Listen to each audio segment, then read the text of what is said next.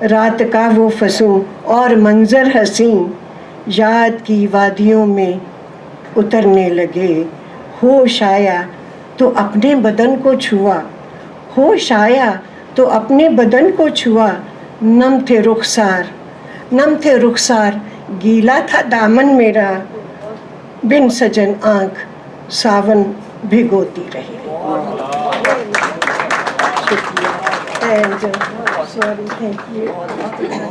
اور یہ سچا سپنا ہے اور دو سپنوں کا میل ہے.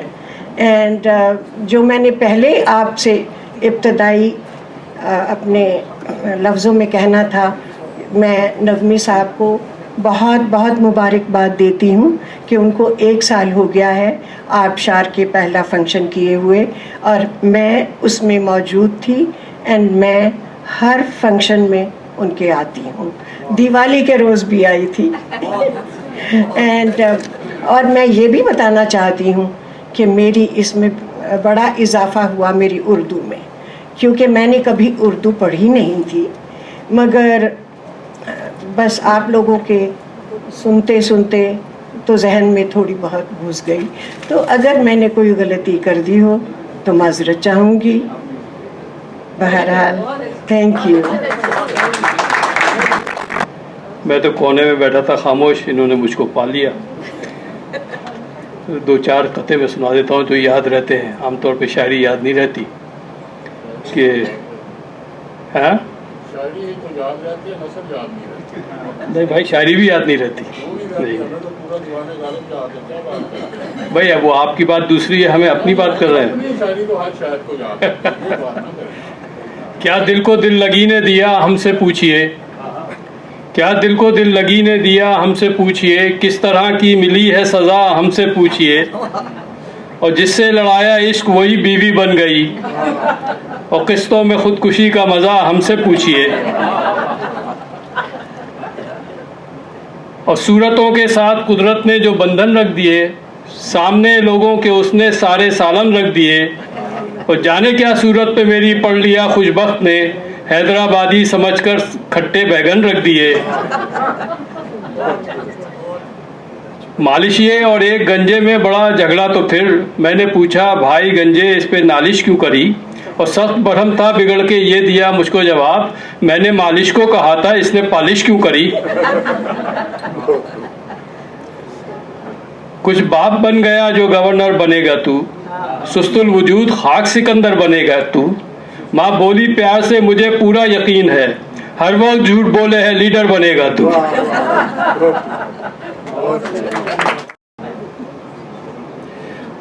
جی السلام علیکم. آج میں لیپ ٹاپ نہیں ہے تو اس میں پورا چارج ہے تو آرام سے میں سنا سکوں گا. یہ نظم ہے ان کی, سہراب سے پہلے کی, روزی خواہم آمد. اس کا ترجمہ میں نے کیا ہے, مجھے تو لوٹ آنا ہے. سہراب سے پہلی, ان کا 85 میں انتقال ہوا. فیض صاحب کے کنٹمپریری تھے اور ایران میں جدید شعراء میں بہت پاپولر تک. اور مجھے حیرت اس پہ ہوتی ہے کہ ان کی ایون جو پروز پوئمز ہیں وہ بھی بہت سارے ایرانیوں کو, یہاں امریکہ میں نے دیکھا کہ ان کو زبانی یاد ہوتی ہے. اور نظمیں حالانکہ بہت طویل لکھتی ہیں, مختصر نظمیں بہت طویل لکھتے ہیں, 50 صفحے کی, لیکن بہت پاپولر ہیں. مجھے تو لوٹ آنا ہے, بہت سے کام باقی ہیں. رگوں میں نور بھرنا ہے, صدا بھی تو لگانی ہے کہ لے لو سیب یہ لے لو. اٹھو اب خواب سے جاگو, یہ سیب سرخ سورج ہے جو اپنے ساتھ لایا ہوں. مجھے تو لوٹ آنا ہے, گلے سوسن بھکاری کو نئے جھمکے دلانے ہیں زن زیبا جزامی کو. گلے سوسن بھکاری کو نئے جھمکے دلانے ہیں زن زیبا جزامی کو. مناظر باغ کے لا کر مجھے نابینا آنکھوں کو تماشا بھی دکھانا ہے.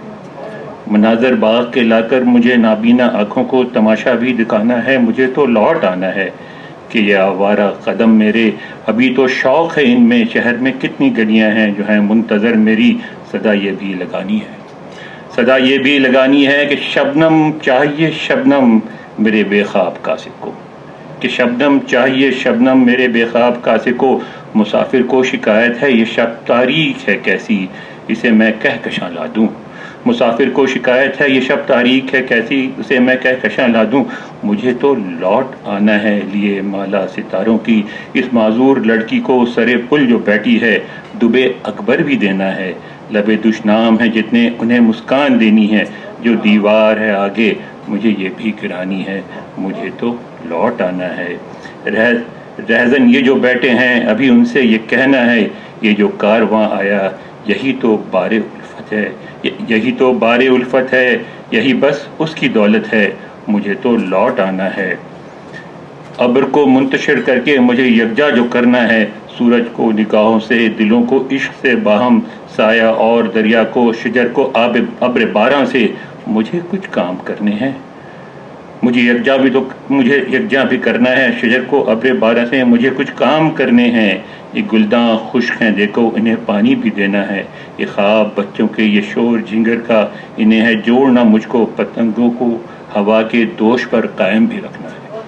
پتنگوں کو ہوا کے دوش پر قائم بھی رکھنا ہے۔ مجھے کچھ کام کرنے ہیں، چارہ ڈالنا ہے اسب و گاؤ کو، بالٹی شبنم کی دینی ہے مجھے حیوان تشنا کو، اس بوڑھے گدھے کے چہرے سے مکھی اڑانی ہے، کچھ اس بوڑھے گدھے کے چہرے سے مکھی اڑانی ہے، کچھ بیلیں چڑھانی ہیں ان دیواروں پر ابھی مجھ کو، مجھے تو لوٹ آنا ہے، ابھی کچھ کام باقی ہیں، دریچوں کے تلے مجھ کو بہت سے گیت گانے ہیں، کچھ پرندے ہیں ابھی جن کو درختوں پر سجانا ہے، یہ پرشکو مینڈک سانپ کو جا کے بتانا ہے، ابھی تو آشتی کم ہے، ابھی ہیں آشنا تھوڑے، ابھی تو چاہیے مجھ کو الہامی نور کا راشن، ابھی تو عشق کرنا ہے، یہی تو کام رہتا ہے، مجھے تو لوٹ آنا ہے۔ اور مسئلہ ان کا یہ تھا کہ ان کو ٹین ایج میں پتہ لگ گیا تھا کہ ان کو بلڈ کینسر تھا، اور 50s میں ڈیتھ ہو گئی ان کی، تو اس حوالے سے نظم پھر تازہ ہو جاتی ہے۔ اور ٹرانسلیشن ایک اور رومی کا، اور یہ اس حوالے سے زیادہ معنی خیز ہے کہ جو کچھ 7 شریف میں ہوا تو یہ ہے دھمال، اور ترجمہ میں کرتے ہوئے میں نے کوشش کی کہ بہت سارے الفاظ انہی کے استعمال کروں جو انہوں نے استعمال کیے تھے، لیکن انداز ذرا پنجابی کا ہے اردو میں۔ یہ وحشت عشق کی وحشت ہے، یہ وحشت عشق کی وحشت ہے، سن اپنے لہو کی تھاپ میاں چل جام اٹھا اب ناچ۔ یہ وحشت عشق کی وحشت ہے، سن اپنے لہو کی تھاپ میاں چل جام اٹھا اب ناچ میاں۔ یہ آگ ہے سب کچھ خاک کرے، یہ آگ ہے سب کچھ خاک کرے، یا سب عیبوں سے پاک کرے، جو چاہے اب یہ آپ کرے۔ کیوں اپنے آپ سے لڑتا ہے، کیا خوف ہے کس سے ڈرتا ہے، کیوں موت سے پہلے مرتا ہے، چل جام اٹھا اب ناچ میاں۔ کر عشق کو تو بنیاد میاں، پھر خود کو کر برباد میاں، یوں رب کرے گا یاد میاں، چل جام اٹھا اب ناچ میاں۔ جب کوئی نہیں ہے ہور یہاں، کیوں بکل میں ہے چور یہاں، پھر کیسا ہے یہ شور یہاں، سب علم کتاباں راکھ میاں، کر دامن اپنا چاک میاں۔ جو عشق میں جل کے خاک ہوا وہ اونچا ہفت افلاک ہوا، کیا دریا دشت پہاڑ میاں، سب رقص کریں 100 بار میاں، چل جام اٹھا اب ناچ میاں۔ رضیہ فصیح احمد صاحبہ سے گزارش کرتی ہوں کہ وہ آج کے اجلاس کے بارے میں اپنے تاثرات کا اظہار فرمائیں۔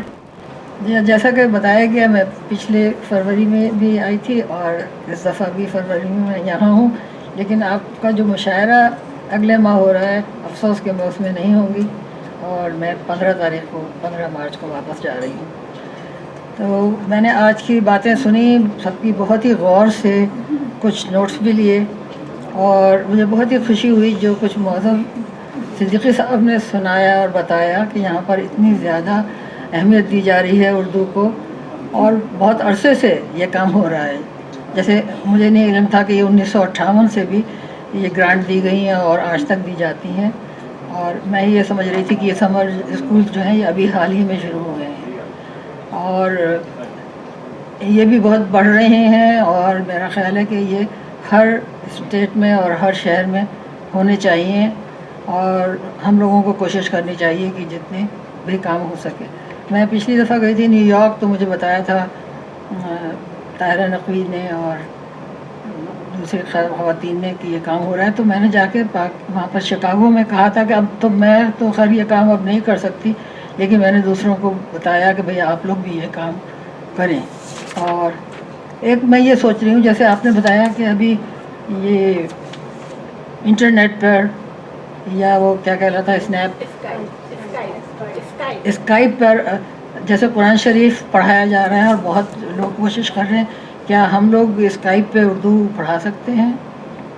اور جیسے آپ نے بتایا کہ خواتین گھر بیٹھے پڑھا سکتی ہیں اور بچے میرا خیال ہے گھر بیٹھے زیادہ آسانی سے اور سیکھیں گے. تو وہ اس میں ویب سائٹ پہ جا کے سیکھیں گے بچے, لیکن یہ آپ کو سامنے بٹھا کے اگر آپ ان کو صحیح لہجہ اور تلفظ اگر سکھائیں تو اچھا رہے گا. اور کئی یونیورسٹیوں میں اردو پڑھائی جا رہی ہے, یہ تو مجھے بھی معلوم ہے, اور شکاگو میں خاص طور سے. میں ایک دفعہ اروانا اور شمپین میں شروع میں رہی ہوں یہاں آنے کے بعد. وہاں پر ایک اسکول میں انہوں نے ملٹائی کلچرل پروگرام شروع کیا تھا اور ہر زبان پڑھائی جا رہی تھی وہاں پر. اور ان کا جو تھیں وہاں کی ڈائریکٹر, ان کا کہنا یہ تھا کہ جو بچے دوسرے ملکوں سے آتے ہیں ان کو یہاں کلچرل شوق ہوتا ہے اور بہت سی بچے بالکل انگلش نہیں جانتے, تو ہماری بھی رسائی ان کے والدین تک نہیں ہوتی. تو انہوں نے ملٹائی کلچرل پروگرام شروع کیا تھا, اس میں تقریباً دنیا کی ہر زبان سکھائی جاتی تھی. وہاں میں نے کچھ دن اردو بھی پڑھائی ہے. میں نے اپنی طرف سے شروع میں کافی کوشش کی, انڈیویجول بھی میں نے پڑھائی, 2-3 بچے میرے ساتھ مجھ سے پڑھنے کے لیے آتے تھے, لیکن وہ زیادہ تر بہت لمبا عرصہ رہا نہیں. وہ کسی وجہ سے یا تو وہ کہیں اور چلے گئے یا میں وہاں سے اروانا شمپین سے شکاگو آ گئی.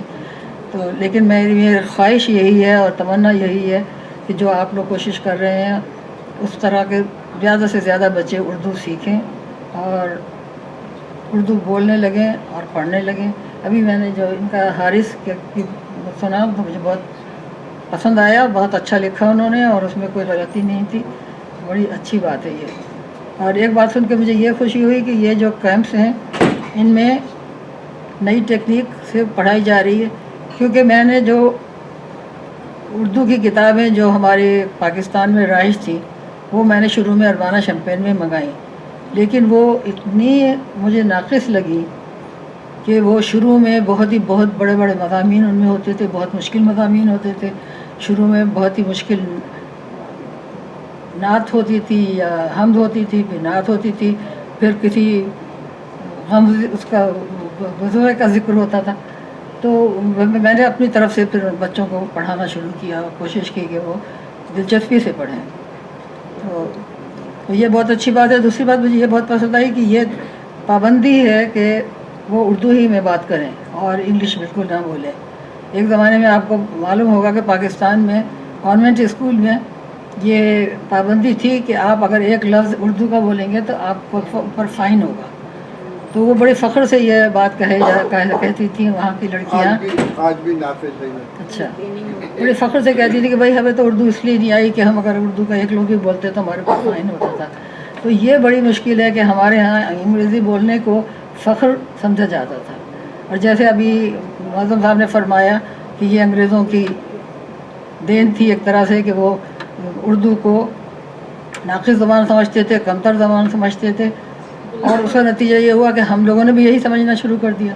اور جو لوگ کانوینٹ کے پڑھے لکھے لوگ تھے وہ اپنے آپ کو برتر سمجھنے لگے. یہاں تک کہ میں نے سنا ہے کہ اس میں کالج کی ایک لڑکی کہہ رہی تھی, ارے بہت ہی منہ چڑھا کر دے, ارے یہ تو وہ ہے اردو, ہاں اردو اسکول یا اردو اس میں. تو میں نے کہا بھائی اس میں کیا, تو کہنے لگی نہیں ہم لوگوں کا الگ ہے, ہم لوگ ان سے کم ہی بات کرتے ہیں. تو یہ جب حالت ہو تو یہ انگریز ہمارے لیے یہ کر کے کہ ایک تو گورے رنگ کو وہ بہت ہی اہمیت دے گئے. ہمارے ہاں گورا رنگ اب یہ بھی اس کو یہ سمجھا جاتا ہے کہ بس شاید حسن کی معیار اور عروج جو ہے وہ گورا رنگ ہے. تو یہاں آنے کے بعد ابری کا ہمیں احساس ہوتا ہے کہ یہاں پر کوئی بڑے گورے رنگ کی کوئی اہمیت نہیں ہے, لیکن غالباً پاکستان میں ابھی تک ہے. کیونکہ میں نے ابھی کہیں سنا کہ وہاں پر ایسی کریمیں تیار ہو رہی ہیں جو رنگ گورا کرتی ہیں اور اس کے اندر ایسی زہریلی چیزیں ڈالی جاتی ہیں جو بہت ہی نقصان دہ ہیں. یہ میں نے ابھی حال ہی میں سنا ہے.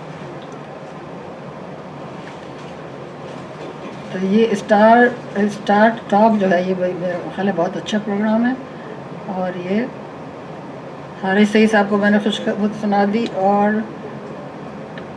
حلقہ ارباب ذوق میں جو آپ میں کتاب میں کون حلقہ ارباب ذوق کا کیا ذکر تھا، کچھ تھا اس میں، تو میں نے اس کا نوٹ لکھا تھا. تو ہاں یہ بھی ہے، میں نے سنا تھا، میں نے ایک دفعہ پوچھا تھا کہ یہ جو کمیونٹی کالجز ہیں اگر اس میں اردو پڑھائی جائے، تو مجھے یہی اطلاع ملی تھی کہ اگر آپ 10 بچے اکٹھے کر لیں تو آپ کو فیکلٹی میں رکھ لیا جائے گا. تو اردو کی تشریح جو تھی یہ بہت ہی خوبصورت افسانہ تھا، میں نے اس کی تعریف پہلے بھی پڑھ دی ہے. اور سکیش چوپڑا صاحب نے جو اپنے خواب سنایا وہ بھی بہت اچھا تھا. میرا خیال ہے اگلی دفعہ جب میں آؤں گی تو آپ نے اس کو اردو رسم الخط میں لکھا ہوا ہوگا.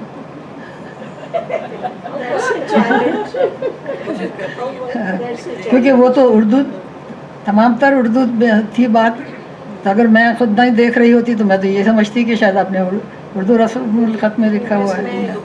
دیوناگری یوز کرتے ہیں. جی یہ وہ بتائیے وہ شعر اشعار کس نے سنائے تھے؟ نسیم فاروق صاحب نے تھوڑے سے سنائے، کم سنائے. اور یہ رومی صاحب کا اور ان کا جو انہوں نے ترجمہ سنایا مجھے بہت پسند آیا، لیکن دل چاہ رہا تھا کہ میں اس کا اوریجنل بھی پڑھوں، میں گھر جا کے پڑھوں انشاءاللہ. اچھا، بہت بہت شکریہ آپ کا سب کا تشریف لانے کا، اور مجھے بہت ہی خوشی ہوئی کہ آپ ہر مہینے یہ کرتی ہیں، اور اگلے دفعہ بہت بڑا مشاعرہ کرنے والی ہیں جو کہ وہ بھی ہوگا، براڈ کاسٹ بھی ہوگا جی، اور جس میں میں نہیں ہوں گی اس کا افسوس ہے. تو بہت شکریہ کے ساتھ میں کیا اس کا اختتام کا اعلان کروں؟ جب میں اب مجلس کے اختتام کا اعلان کرتی ہوں. دیکھیے شاید اگلے سال پھر ملاقات ہو.